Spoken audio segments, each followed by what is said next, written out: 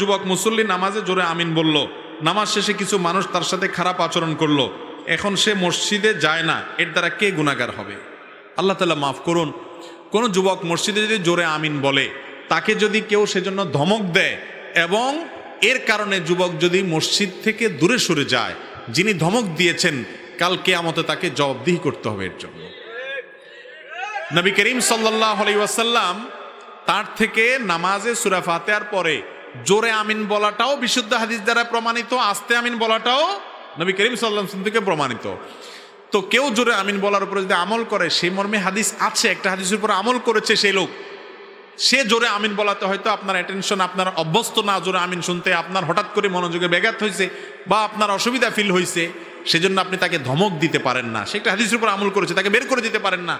আবার একইভাবে যিনি জোরে আমিন বলছেন তিনি যদি মনে করেন যে আস্তে আমিন বললে নামাজ হবে না, ভুল, কারণ আস্তে আমিন বলার কথাও হাদিসে আছে। আর যেখানে জোরে আমিন বললে আশেপাশে মানুষ তারা অভ্যস্ত না, তারা এটাকে ভালোভাবে নেয় না, সেখানে আপনি আস্তে আমিন বলেন। সেখানে জোরে আমিন বলার কারণে সমাজে বিশৃঙ্খলা হবে, আপনি নিজে মনে কষ্টের মধ্যে পড়বেন।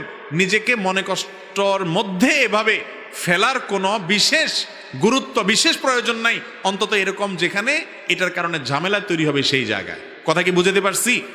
কিন্তু আমাদের সমাজে বড় দুঃখের কথা, যুবক ভাইয়েরা কেউ মসজিদে আসছেন, নামাজ পড়ছেন, তিনি হয়তো রফে দেন করেন, আমিন জোরে বলেন, এটার সপক্ষে দলিল আদিল্লাহ সপক্ষে বিপক্ষে আছে, অনেক বিতর্কের বিষয়, সেটা তো আরেক আলোচনা।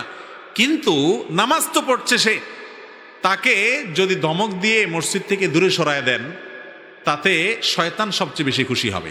ঠিক না ঠিক? কারণ এই যুবক মসজিদে আসছে, আপনি অ্যাপ্রিসিয়েট করা উচিত। হাক বুকে বাঁধুক আর নাভের নিচে বাঁধুক, আমিন জোরে বলুক আর আস্তে বলুক, যুবক যে মসজিদে আসছে এটাই তো আনন্দের বিষয়। অতএব তাকে অ্যাপ্রিসিয়েট করা উচিত। আল্লাহ তাআলা আমাদেরকে প্রত্যেকটা কাজ সুন্নাহসম্মতভাবে করার তৌফিক দান করুন।